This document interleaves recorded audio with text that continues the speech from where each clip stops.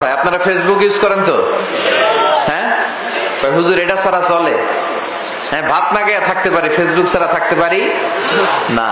প্রিয় ভাইরা, ফেসবুকটা যেন ভালো কাজে লাগাই।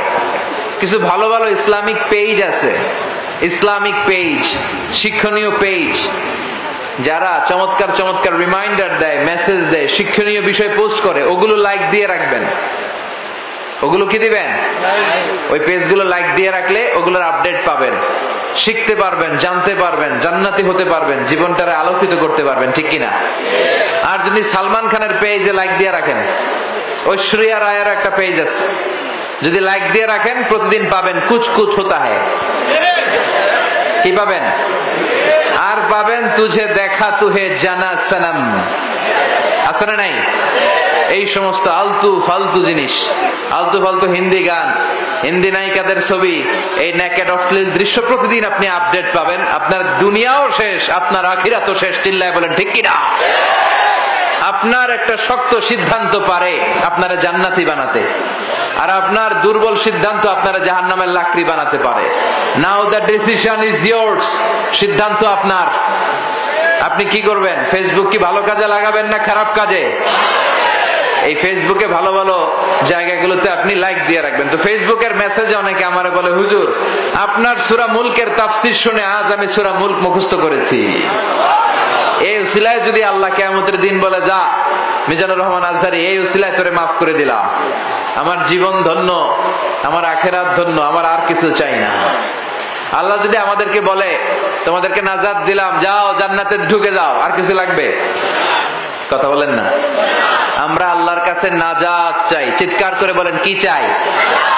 আর কিছু যে চাই না আমি, চাই গো নাজাত।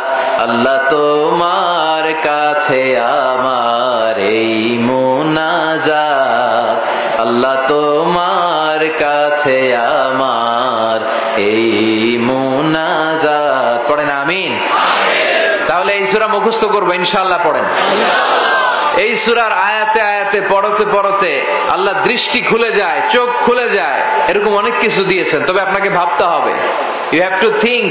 আল্লাহ কোরআনের অনেক আয়াতে বলেছে, এই কোরআনে চিন্তাশীলদের জন্য নিদর্শন রয়েছে।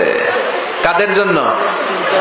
ক্ষমতাশীলদের জন্য, সুন্দরীদের জন্য, দাপটশালীদের জন্য, যারা গায়ে গতরে লম্বা এদের জন্য, যাদের বাড়ি সিলেটে এদের জন্য, যারা বিদেশি এদের জন্য, যারা আরবের তাদের জন্য। কাদের জন্য? চিন্তাশীল। চিল্লায় বলেন কারা?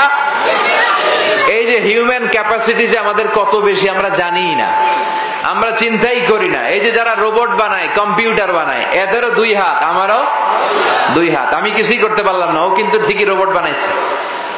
যারা বিমান চালায়, এই যে আমরা এক জায়গা থেকে আরেক জায়গায় ফ্লাইট করি, এদের পাইলট গুলোর প্রত্যেকটা পাইলটের তো 3টা করে হাত পা না? হ্যাঁ, কয়টা হাত? ওরও 2 হাত, আমারও 2 হাত। ও পারে কেমনে? আমি পারি না কেন? ও তার মেধাকে, ব্রেইনকে কাজে লাগিয়েছে। হিউম্যান ব্রেইনের ক্যাপাসিটি যে কত বেশি, প্রতিনিয়ত কি পরিমাণে ব্রেইনের নিউরন কানেক্টিভিটি যে হয় আমরা কল্পনাই করতে পারবো না। এই পৃথিবীর সবচেয়ে পাওয়ারফুল কম্পিউটারের নাম হচ্ছে দ্য ক্রে-1 সুপার কম্পিউটার। এটা আমেরিকায় যারা মিলিটারি বেজে কাজ করে, তাদের ম্যাথমেটিক্যাল ইকুয়েশন ড্র করার জন্য এই কম্পিউটারটাকে ইউজ করা হয়। এই কম্পিউটার প্রতি সেকেন্ডে কাজ করতে পারে যা, তার কমপক্ষে 2000 গুণ বেশি কাজ করতে পারে আমাদের ব্রেইন। চিল্লায় বলেন সুবহানাল্লাহ। ওই বিশাল কম্পিউটারটা রাখতে কয়েকটা রোম লাগে, বিশাল। আর আমাদের ব্রেইনের ওজন মাত্র 1.5 পাউন্ড, 1-1.5 কেজি। সুবহানাল্লাহ কইবেন না? সাইজে ছোট, ওইটা কত বড়! ওইটা পৃথিবীর সবচেয়ে পাওয়ারফুল কম্পিউটার। তারপরে ওইটার চেয়ে আমাদের ব্রেইনের কাজ করার ক্ষমতা কয়েক হাজার গুণ বেশি। চিল্লায় এখন আল্লাহু আকবার। এজন্য আল্লাহ বলেন, এই যে ব্রেনটা দিলাম, এই দামি ব্রেনটারে কাজে লাগাও। তোমার মাথায় কত দামি জিনিস নিয়ে যে তুমি ঘুরে বেড়াচ্ছ তুমি নিজেই জানো না। এজন্য সক্রেটিস একটা কথা বলতেন, নো দাই সেলফ। ঢাকা কলেজের সাইনবোর্ডে আজও লেখা, নো দাই সেলফ, মানে নিজেকে জানো। কাকে জানো? এই পৃথিবীতে অনেকে আসে, বসবাস করে, আবার পৃথিবী থেকে চলেও যায়, কিন্তু নিজেরই চিনতে পারে নাই। কথা কন। নিজের মধ্যে যে কত ক্ষমতা, কত শক্তি আর সম্ভাবনা আল্লাহ তাআলা মানুষকে দিয়েছে, মানুষ নিজেকেই চিনে না।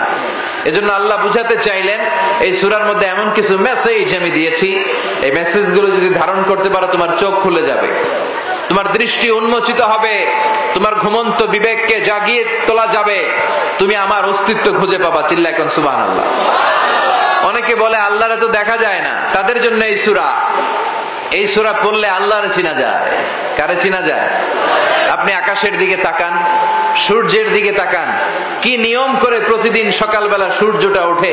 পৃথিবীর সবচাইতে শ্রেষ্ঠ যে এয়ারলাইন্স গুলো, ব্রিটিশ এয়ারওয়েজ, এমিরেটস এয়ারওয়েজ, এরাও অনেক সময় অন টাইমে প্লেন ছাড়তে পারে না।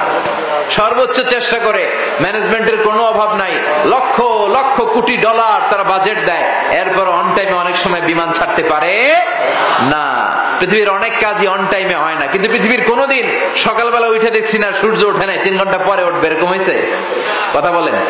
এটা কি এই কয়েকদিন, সেই সাইয়েদনা আদমের অনেক আগ থেকে কিয়ামত পর্যন্ত অন টাইমে সূর্য উঠবে, সূর্য ডুববে, চাঁদ উঠবে, চাঁদ ডুববে, জোয়ার আসবে, ভাটা আসবে, দিন শেষে রাত্রি আসবে, শীত শেষে গ্রীষ্ম আসবে, একটা জিনিসের অন টাইম ছাড়া এদিক সেদিক হয় না। চিল্লায় বলেন ঠিক কিনা? এটাই প্রমাণ করে, এটাই প্রমাণ করে there is someone much powerful who is dominating everything on earth. একজন মহা শক্তিধর তিনি আছেন, he is controlling everything, যিনি গোটা বিশ্বের সবকিছু দেখেন, সবকিছু অবজার্ভ করেন, তার অর্ডারে পৃথিবীর সবকিছু হয়। চিল্লায় বলেন ঠিক কিনা? যাদের হৃদয়ে আছে আল্লাহর ভয়, তারা কবু পথ ভুলে যায় না। আল্লাহর প্রেম ছাড়া এই দুনিয়ায় কারো কাছে কোনো কিছু চায় না। রাতে